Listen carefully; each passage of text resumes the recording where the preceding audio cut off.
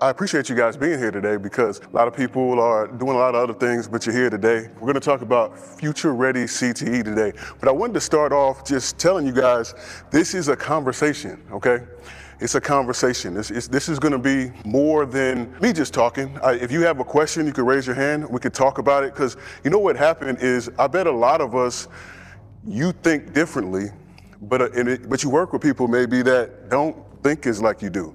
Well, we're here in an area where you guys probably think similarly with a lot of things we're talking about today. So guys, we're adapting to AI. You know, of course, people are using ChatGPT. They're using a lot of different apps and things like that. But I'll start off with this. I want to ask you guys a question since we're all here today. Who in here has ever been afraid of being automated as an educator? You have? Why would you say that? I was working in curriculum design for an adult learning app. Our company was working on developing a students interested behind to their end. Yeah, and guys, just think about it. This is just the start. No, I may not look it, but I was here around the time when the internet pretty much got started. I mean, we had the chat rooms, things like that. Look at where we're at today. So if we would look at how the AI is today, who knows what's going to be 10, 15, 20 years down the line to go to your point. So guys, I want to get right into it. My name is Dr. Carrington Falk. I'm actually last year was a 2024 ACTE National Leadership Fellow. So I was at San Antonio and I'm Region 2. Any Region 2 in here? Region 2? Oh, I'm the only one from Virginia. Where are we from in here? Anybody want to shout out their region in here? Oh, go ahead. 5. Oh, 5, okay, we got 5 in here, okay. So guys, I know that in the app it says that I'm a high school teacher, but actually just recently, I'm now a lecturer of marketing at Old Dominion University in Virginia, okay? So I am a former CTE educator in high school, also a DECA advisor. You got any DECA advisors in here? Yeah, so Virginia DECA. So, but I'm also founder of Road to Innovation, and that's really what we're gonna talk about today is the road to innovation. Okay, and so here's what's on the agenda. The reality, we talked about it. Artificial intelligence, automation, shaping the future of work, right? The challenge is innovation inside of rigid systems. Just think of your school and your school system right now. Are they open to some of the ideas that you have? Maybe, maybe not, I don't know, because things haven't changed in years. Just think about it. I have a framework for you today called the Thought Innovation Roadmap that I've developed. I'm gonna go over with you that you can use.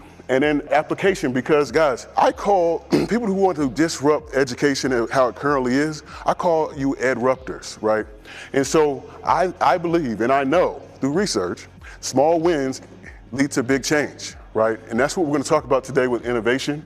And guys, if you don't mind, I'm writing my first book called Edruptors. If you wouldn't mind helping shaping it, I have a few surveys and things to do today. So we're gonna get going. But guys, what are you gonna walk away with? A clear picture of the shifts transforming the future of work. You're also gonna get some tools that you can use immediately to elevate your CTE programs. And like I said, a chance to influence the direction of the book, Edruptors. So guys, we're on a road to innovation. One intentional journey from reality, roadmap to action, guys. And so when you're talking about disruption and edruption, we're talking about taking action. Each section builds towards your next leadership step. And it doesn't matter your position, and that's one of my things. You don't have to have a administrative position or you could be a teacher, you could be any role to lead. But today is going to equip you to lead your program into the future. So guys, does anybody know what this is on the screen? I'm kind of a geek about it. Well, guys, we just sent it up into space not long ago. It's called the James Webb Space Telescope. The difference between this telescope and any other telescope is that it has infrared sensors on it. And what it's allowed it to do in space is to make visible stuff that wasn't visible before. We couldn't see it with all these other telescopes. But now it reveals what was always there. But wouldn't you know, guys, everyone in here, I see you guys who in here is creative? Raise your hand. You think there we go, a creative educational leaders. You're doing the same inside of schools today. Innovation begins with seeing differently. And I have my quote here, creative educational leaders make the invisible visible. Just think about it.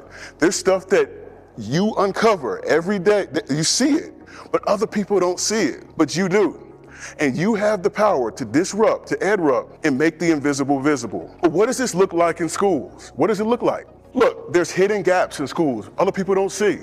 buried opportunities, skills industry sees first. And guys, think about CTE is we're close to the industries, right?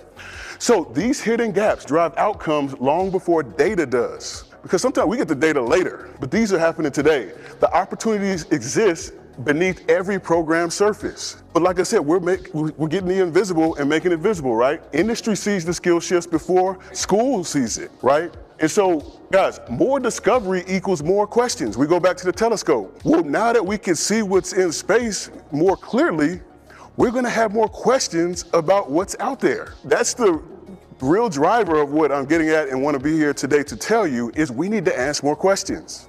We do. And here's the thing, better questions lead to better solutions, better answers. Reflection drives every future-ready program, right?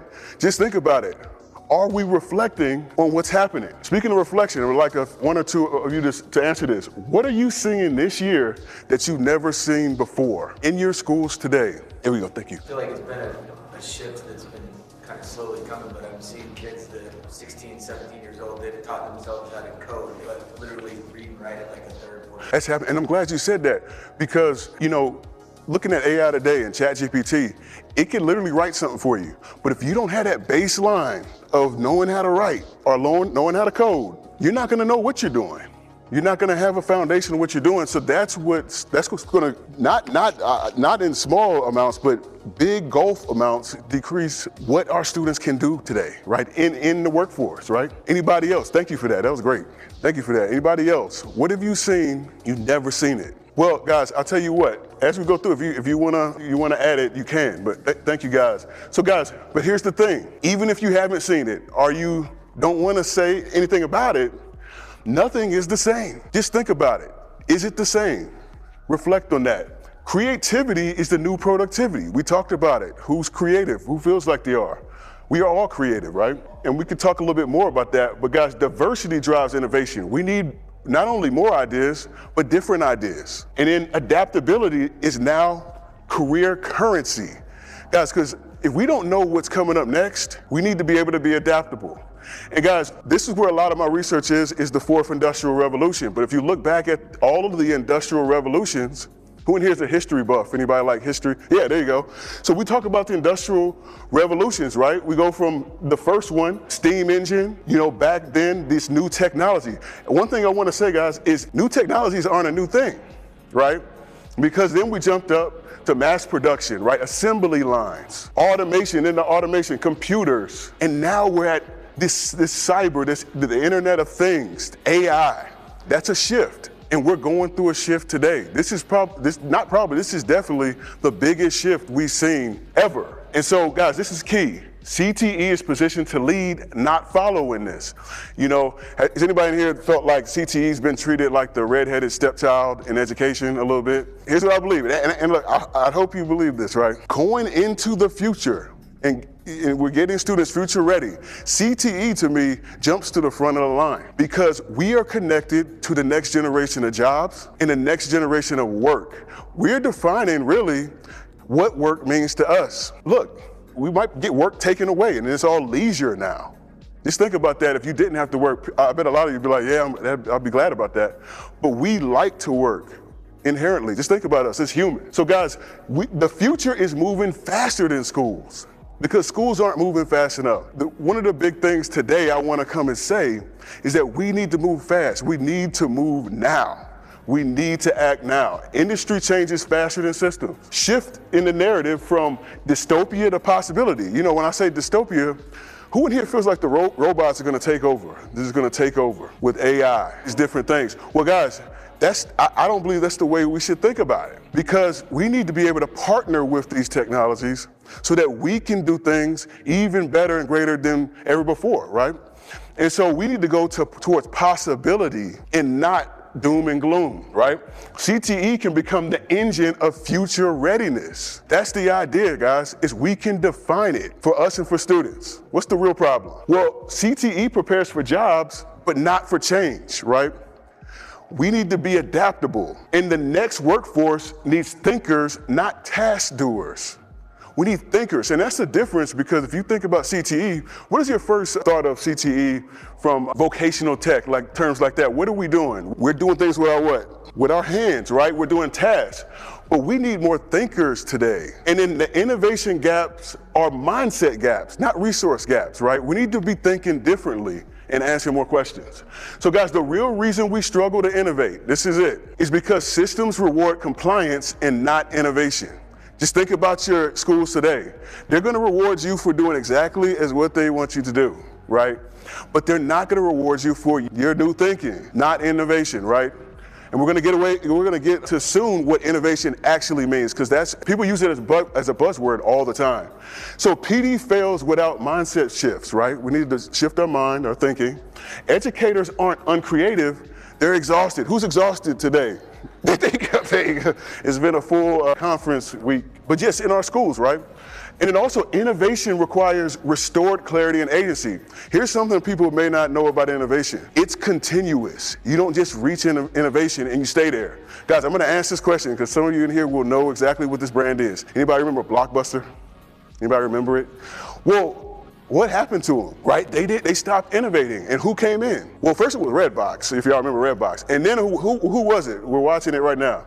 Netflix, right? We got the streaming. If you know the backstory, they could have pivoted. They didn't stay continuous, right?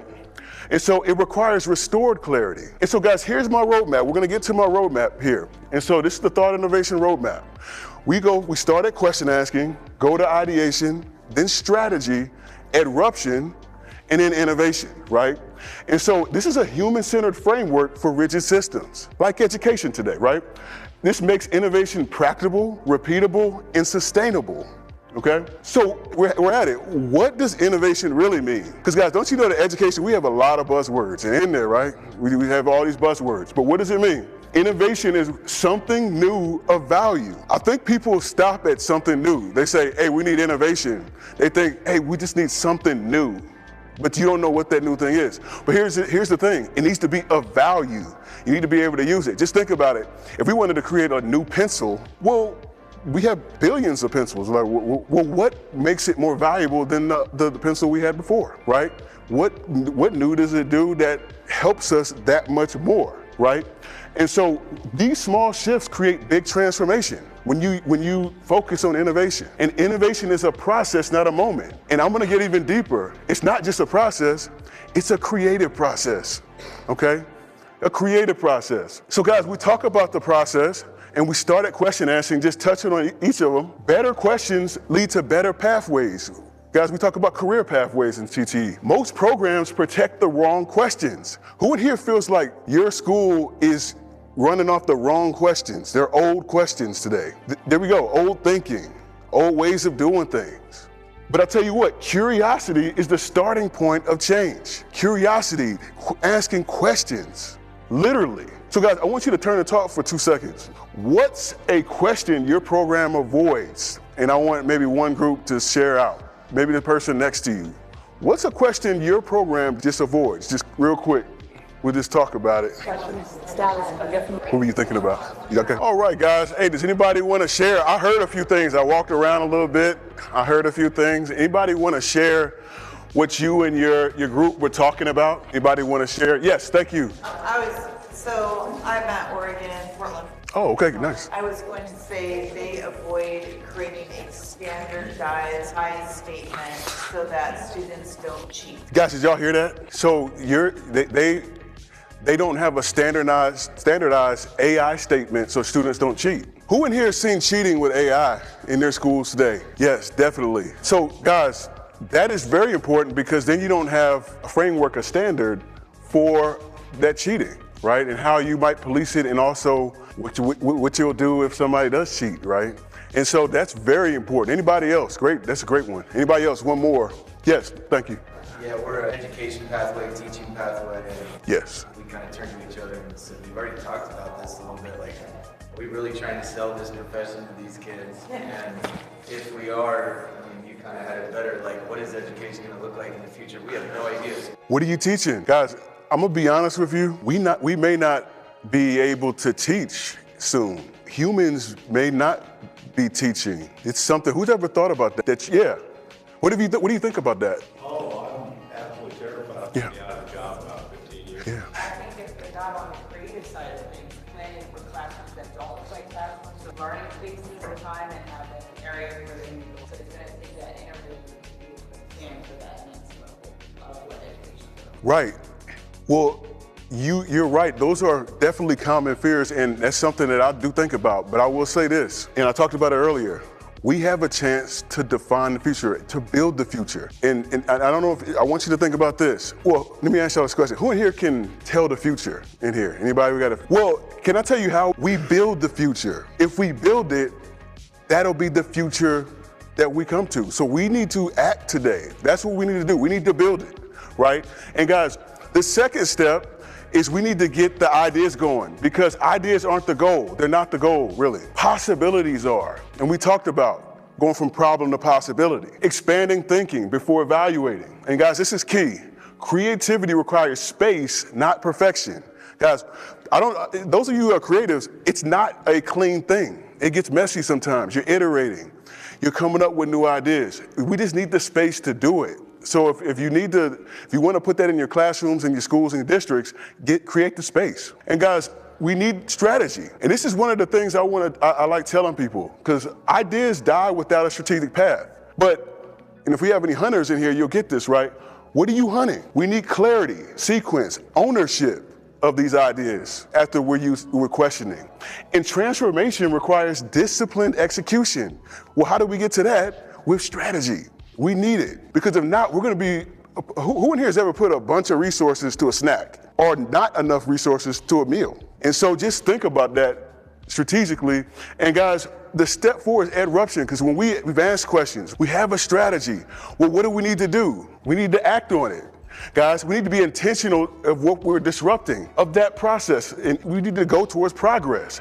Guys, we need to pour what we have, not what we lack. Because I think, who in here thinks about this? You may not think you're ready to get started. Anybody ever think that? You don't have enough to get started. But I'm gonna tell you today, you do have enough, and you gotta use what's in your hand. So it's not what you lack, it's what you have, and you're gonna use it. And small targeted actions move systems forward as an disruptor. And guys, last step is innovation. And we talked about it being a continuous process. You actually don't stop here because you're constantly figuring it out. You don't want to be blockbuster, right? You want to constantly be iterating. Innovation shows up in small, repeatable wins. Scales from classroom, program to district. That's how you scale it. You can literally scale it in a small space and scale it up. Anybody ever built a program in here? From a small program? Yeah, there you go. Small, and then what? The district's now using it, right?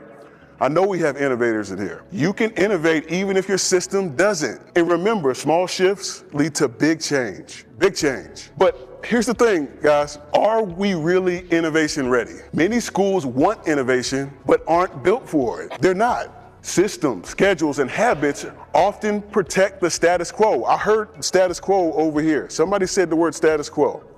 Because guys, that's what we're battling, is the status quo. We literally are.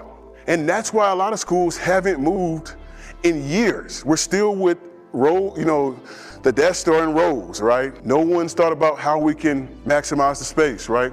Some leaders are ready to move, but others feel stuck or alone. Anybody else in here feel stuck in your school today? You feel stuck, you feel alone, right? Here's the question. Wouldn't you want to know where you and your program stand today? Wouldn't you want to know if you're innovation ready? You don't mind getting your QR code readers out. I have something for you. It's the Innovation Readiness Scorecard. It's a quick activity. It's not long at all. It will literally give you your archetype of what type of innovator you are on if you're innovation ready. And you can do it right now. I'd love for you to do it now. Guys, we got the collaborative catalyst. We have the disruptive dreamer, the visionary architect, the eruption trailblazer, and the adaptive innovator. Guys, when you finish it, and it takes less than 2 minutes, it's a few questions. You're going to receive a personalized roadmap for your next steps in your email. And this is essential, guys, for applying today's session to your program when you go back to your states, to your regions. Because, guys, we need transformation now, right now. So I'm going to give you a few moments to do that. I'll just take a walk, and then when I get back up, we'll finish up. I think by the time I get back up here, most people will be done. Yeah, and if you didn't get it, just make sure you get it and fill it out. It's gonna come right straight to your your email. Just get my steps in today, Becky. All right, so it's literally just a few questions. I think some people are done, and it's no rush, just kind of go through and finish up. But yeah, it'll come straight to your email, and it's literally a whole report on what your innovation readiness scorecard is, what your archetype is, and that's how we're gonna get started. So as you guys are finishing up, what I'm gonna do is I'm gonna move on to the next slide, and that's not to rush you at all. I'm just gonna keep going because we have limited time. But just once you're done, if you don't mind, yeah, and then make sure, if you got the QR code, I'll give you a chance to get that, but we'll get started. All right, does everybody have the QR code right here? Perfect. All right, so guys, I'll talk a little bit about this as you're finishing up, and like I said, take your time on that scorecard. Guys, here's what the future workforce is responding to, because I think what happens a lot of the times is we don't know what the future work is and what they're responding to. But guys, we talked about creativity. Creativity predicts future workforce success. A lot of times, I know growing up as a creative, you felt like you were this different person, I think you felt like the workforce didn't value creativity at all, right? Anybody else felt like that way? Didn't value it. But today, guys, this is the superpower inside of the workforce today. Innovation grows where educators model it. We all need to model it because that's where innovation is going to grow. And students thrive when leaders lead differently. They thrive in those environments. Just think about it, right? Many of the students grew up, literally came out the womb with a smartphone, right? So we're in a whole other era. So we're here today, and I want to just say really quickly why I'm writing this book, Edruptors. And if you guys, you want to go ahead and scan the QR code and provide me some feedback on this book as I'm writing it, right? So Edruptors, how creative educators lead, disrupt, and build the future of education, okay? So that's my working title, but guys, make sure that you provide your insights on, hey, what's your thinking about where this concept could go? Because I tell you what, guys, you're here today, and I appreciate you here today because I wanted to meet you, because one of the reasons I'm writing this book is to gather creative educational leaders together, because I feel like we're in silos and probably feel alone most of the time. Who in here feels alone in your thoughts? There we go. And you wanted to be together, right? That's what this book is. It's a battle cry for all of us. And so that's why I wanted you to help shape it before it gets going, right? Because I want you to contribute your voice, your insights. And guys, this is something that we're coming from all over the U.S. Do we have anybody from outside the U.S. in here? Outside? Well, we're coming from all over the U.S., right? So this ensures that your realities are represented in here, okay? So make sure that you fill that out, because we're reshaping the future of educational leadership as we go forward. So guys, we talked about building community, and I talked about, like, we're all here today. Wouldn't you want to stay connected after today? Because we have the same, look, we have people that are thinking similarly, right? A free community for us all to stay connected. If you want to be part of it and join a network of future-ready educators. Because guys, we're all over social media, but where really is anybody, right? Wouldn't you like a space where everybody is that thinks like-minded like you? You're getting tools, templates, and conversations. You're having conversations with people that are in other districts and going through similar things that you're going through. And that's what I wanted you guys to be part of today, is to be part of this community. And this is totally free. I wanted to get you in there today and get your voice heard. Your voice. So we need to ask the right questions. And I just wanted to put this quote up here. The future is not about having the right answers. It's not. Because how can we predict the future? It's about asking the right questions. If you want to expand and your thinking and your growth around asking the right questions and being part of the future of education, and not just being part of it. You remember what we said? How do we tell the future of education? We need to what? We need to build it. If you want to build the future and ask the right questions for innovation, be part of this founders cohort. I've literally, it's for the first 100. And after that, I'm cutting it down and the price will go up. I didn't put the price up here because I want you to check it out yourself. This is about you. This is the special founders cohort. And I'm literally offering it to people in here today, because your next step after today's session is asking the right questions for innovation. That's what you're gonna do. So, guys, final declaration. the final declaration. Everybody get the QR code? Everybody get it? All right. I have another slide with all the QR codes coming up. So guys, if anybody wants to open up, what must we do and declare for the future? What must you declare as a leader? Because we have any teachers in here? Teacher? Yeah, we're leaders. You don't have to have a position to lead. You don't, right? Because innovation begins with a declaration, Let's get one person in here. What do you declare the future of education? I would say that if we don't fill the spots, technology will. There you go. You said it. And you know, you said something, fill the spots. That takes what? Action. We need to disrupt today. And like, I'll go back to the book. You guys are edruptors. If we don't disrupt education, technology will. We won't be teaching. We're not gonna teach. And if you really think about it, guys, teaching is definitely one of the oldest professions. And it's actually the profession that all professions were built out of. Just think about it. This conference won't even be available in the future if we don't move today. Anybody else want to make a declaration today? Floor is yours. We're here today. Yes. Yeah, because I look at the industry. Yes. I teach CAD, so yes. I look at industry, what they're using and what they're going to use in the future, and I try to be something that I have to teach my students to use to get. Definitely. Thank you for saying that. Because just think about it, guys. Have y'all heard this? That if you get a computer science degree and learn how to code, you're gonna be good. Anybody heard that? Like somewhat recently? Like you would be good, you get any job. But is that true today? No, it's not. And that's gonna happen to several professions coming up. You're gonna think you had stability and now it's uncertainty, you know? And we need to be able to teach students how to use these tools because it's not about technology against us. And I wanted to say that too, because a lot of times you could think it's humans versus technology. It's not that. It's how do we partner with the technology in order to create the future, right? And thank you for that. So guys, these are the next steps. So if you didn't get a QR code, they're all up here. And you know, the next steps is, guys, we take action. And I wanna see you in the community. We wanna be talking. We wanna be asking questions. So make sure that we are asking questions for innovation. And we're in our districts and we're helping students get there as well, okay? So, guys, we hit our agenda.